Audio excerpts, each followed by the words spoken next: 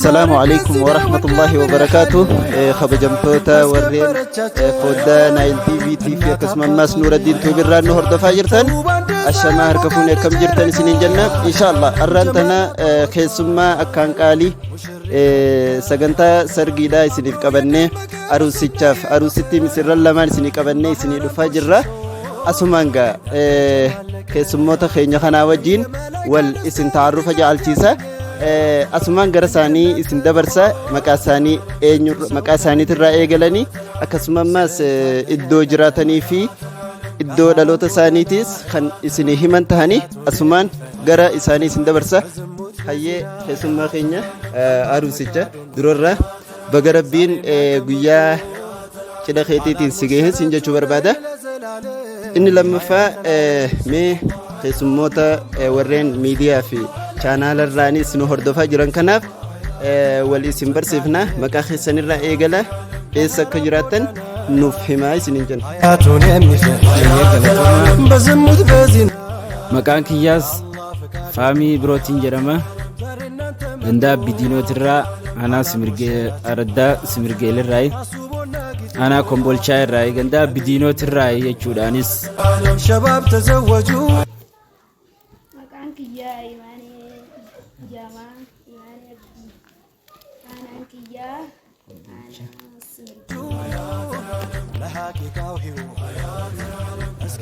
hayyee maashaallah Kombolchaa Araddaa Simirgeel ulaa jannataati. hayyee asumaan gaafii itti aanutti tarra eega keessummoota misirrittiidha wajji wal isin barsiifneen boodatti haalli isaan itti wal baruu danda'an maal waan jedhutti dabarra akkamiin wal baruu dandeessan namaatu laata bakka irraa osoo isin wal hin beekne walitti qabee isin fide moo haala kamiin wal baruu dandeessanii erga wal bartaniin boodatti haala kamirratti wal jaalachuu dandeessanii gaafii jiru gaafii lammaffaa hayyee asumaan akkaataan naafisiin itti wal barrees nutis ganduma tokko jiraanna akkasumas namni waliin nu fidee wal nu barsiisuudhaan eegasii akkasitti alhamdulillah jaalalti teenya nu gidduutti meeritee akkasi bultii wajjiin ijaarre jechuudha. hayyee imaane akkamiin haalli isin itti wal baruu dandeessan maal fakkaata?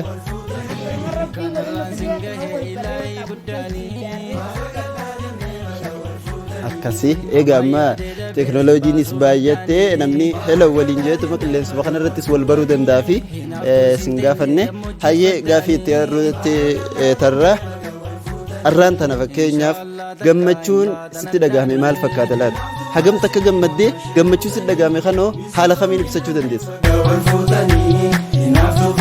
alhamdulillah gammachuu hedduu natti dhagahame kaniin ibsuu hin dandeenye jechuudha. gammachuu guddaatu na dhagamee jira fuudha kiyya kanaaf haalaan jechuudha na dhagamee jira. hayyee guddaa galatoomi. ati yoo imaane maaltu sitti dhagahame laata?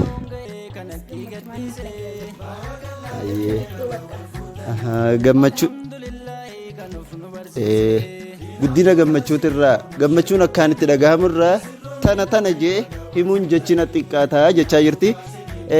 haa ta'u gaafii itti aanutti tarra fuudhi kun laata faayidaa ni qaba jetta moo hin qabu? Fuudhi kun faayidaa hedduudha qaba. akkasuma ammaas faayidaan isaa guddoon osoo taanitti hin dabarre haraamirraa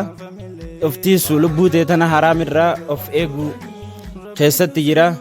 lubbuun teetuun akkasitti imaana si godhatti ammaas imaaninis siif dabalama zigyattee gatteessaa jechuudha gammachuudhaan jechuudha. Fuudhi kun hedduu faayidaa guddaadha qabaa jechuudha. hayyee imaanatti yookum jetta laata fuudhi kun faayidaa ni qaba moo hin qabu jetta?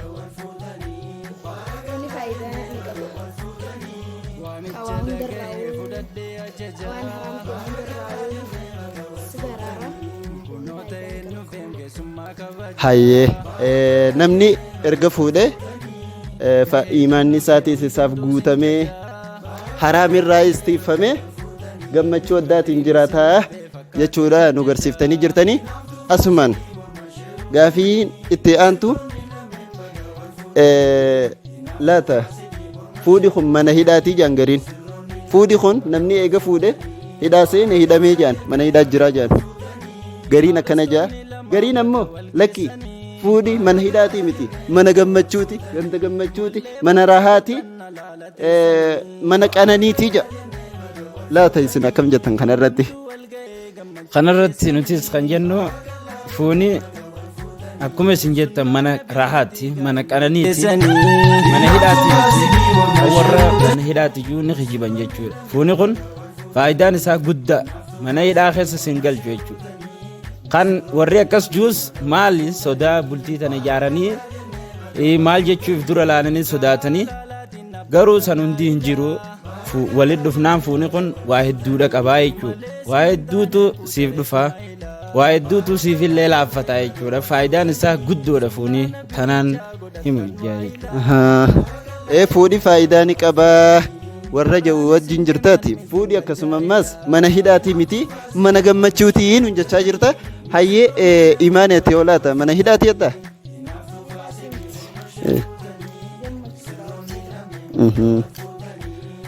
hayyee aya maashaallah wal fuudhuun gaariidha jedhan heerumuun gaariidha jechaa jirti inninis fuudhuun gaariidha jechaa jira mana hidhaatii miti mana gammachuutii jee hayyee haa ta'u asumaan gaafiin itti aanu namoonni gariin haala jiruu kana laalanii hin fuunu jedhanii fuudha dhiisanii taa'an laata hiriyyootan keessan hiriyyoota kan kee warra hin fuunu jee warra hin fuudhiniif maal dhaamta wanti nan isaaniif dhaamu guddatti akka isaan fuuldura laalanii jireenya isaanii fuuldura ichi laalanii akka isaan fuudharraa if booda deebineen isaaniif dhaama jechuudha fuuni kun faayidaa guddaa waan qabuuf akka isaan jiruu fuulduraa laalanii akka isaaniif booda hin deebineen isaaniif dhaama fuudha kana keessatti waa hedduutu jira riskiinis ni jirti waa hedduun bashbash taatee jechuudha ifin sodaatinaa jechuudhaan dhaamaaf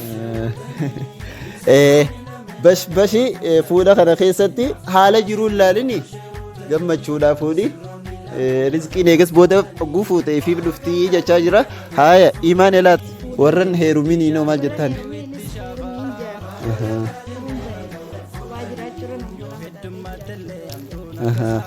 hayyee maashaallah gaariidha haa ta'u fuudhi akkaan gaariidhaas warran fuudhiniifis fuudhaanneeti ergaa dabarsinaa jechaa jiranii isaan lachuutu haa ta'u gaafiin itti aanu namni gaa maqaa ittiin wal yaamu qaba haadha abbaan maqaa eega sii baasaniin booda kan maqaa namni guutuun itti sii waamu sii baasan eega siin boodatti namni lamaa wal jaalatu maqaa waliin ja'u qaba laata ani fahmi jeetii yaama isi ammoo imaane jeetii yaama laata fahmi ati hoo haadha manaati kan arraa rabbiin guyyaa cidha keessaniitiin isin gahee wajjin jirtan tanaan akkumaan ayyaamu kanatti yaamtamo maal jettee waamtan siin akka ati yaamtutti hin yaamu anis akkin jee isi yaamu habiibtiitiyyaa yaa qalbiitiyya yaa ruuxiitiyya jeetiin maqaa jaalalaati yaa humeyraatiyya jeen isi yaamaanis maqaa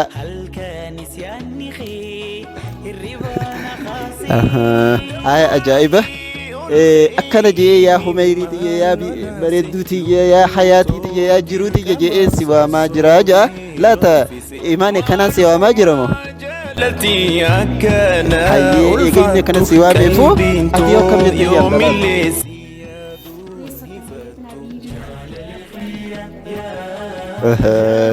ati itti gabaabsite ammoo hedduudha siin jee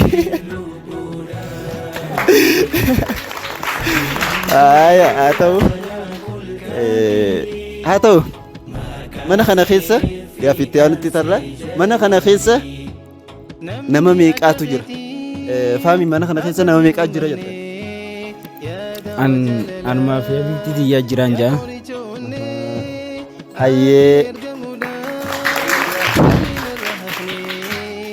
hayyee atoo imaane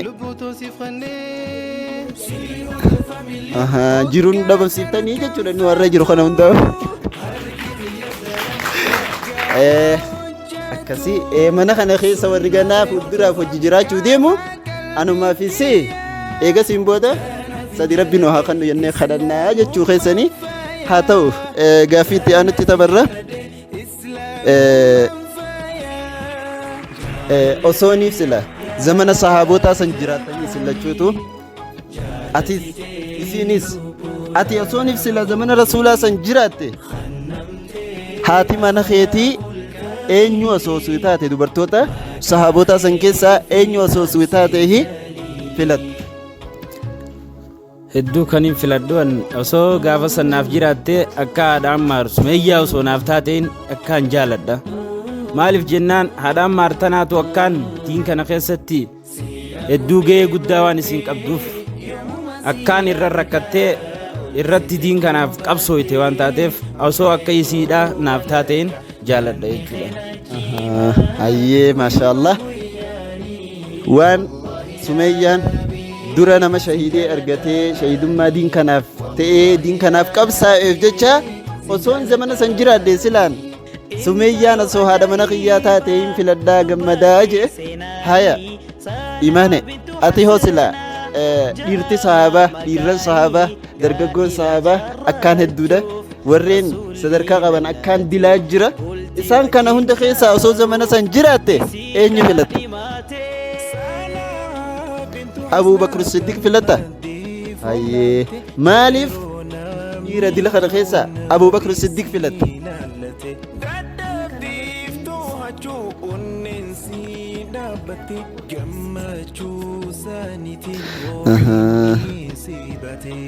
Allahu akbar hayyee maashaallah waan Abu Bakr Siddiq qabsoo guddaa diiniif jecha godhee jiruuf jechaadhaan isa filadhaa jette haya haa ta'u gama xumuraa deemaatti jirra osooniif sila gaafiin maal jetti osooniif sila arraan tana halkan kana suma lama taatanii raftanii ganama guukaatan sadi taatanii haatanii osooniif rabbiin gurbaa dhiiraa tokko sii kenne eenyu baaftaaf maqaa maqaan isaa kaniinan baasuuf Ammaar hin baasaaf jechuudha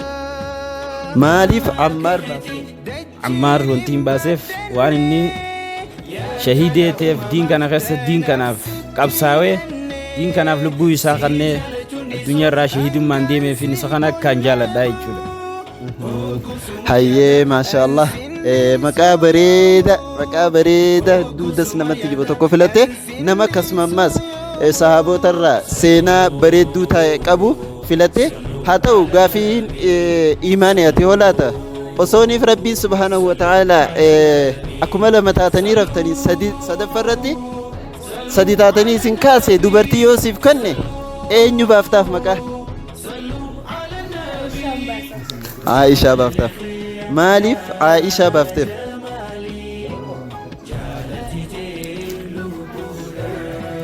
Aishaan haadha gootaati akkasuma seenaa guddoo islaaminaa keessatti seenaa guddoo waan qabduuf jechaadha Aishaa baasaafii jette hayyee maashaallah waan bareedduu takka akkasii haa ta'u ammaas gaafiin nuuf hafee jira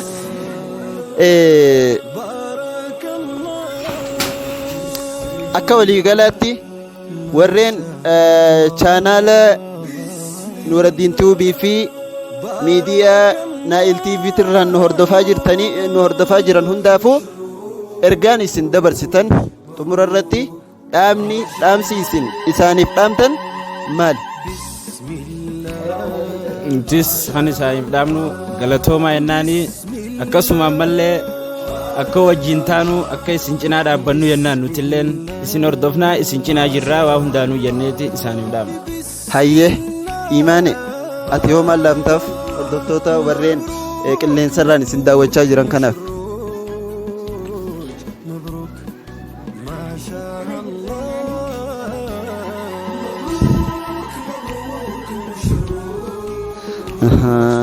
Laata dubartoota hundaafuu warreen akka keetii hundaafuu wanni ati dhaamtu maali? hayyee galatooma ulfaadha akkas maashaallah xumura irratti kabajamtoota warreen miidiyaa keenyarraan nu hordofaa jirtan akkasuma ammas chaanaala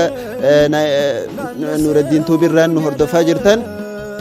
qophiin nuti arraan tana isiniif qopheeffannee isiniif dhiyeeffanne kana fakkaata osoo hin xumurreen duratti nama hanqa tokko galatoonfachuun barbaada warreen miidiyaa keenya kana nu hordofaa jiran iddoo garagaraati irra tahanii kan akka Abduu Jabbaar Nagaash magaalaa Finfinneetirraa keessan gaa laayikii nu godha jabaadhaa nutis isin faana jirraa jedhanii magaalaa Dirreedawaatirraayis Nasruu Ahmad baga isaan jaalalatanii gahanii baarakallahu lahumaa jedhanii kommentii barreessaafii jiranii magaalaa Hararirraayis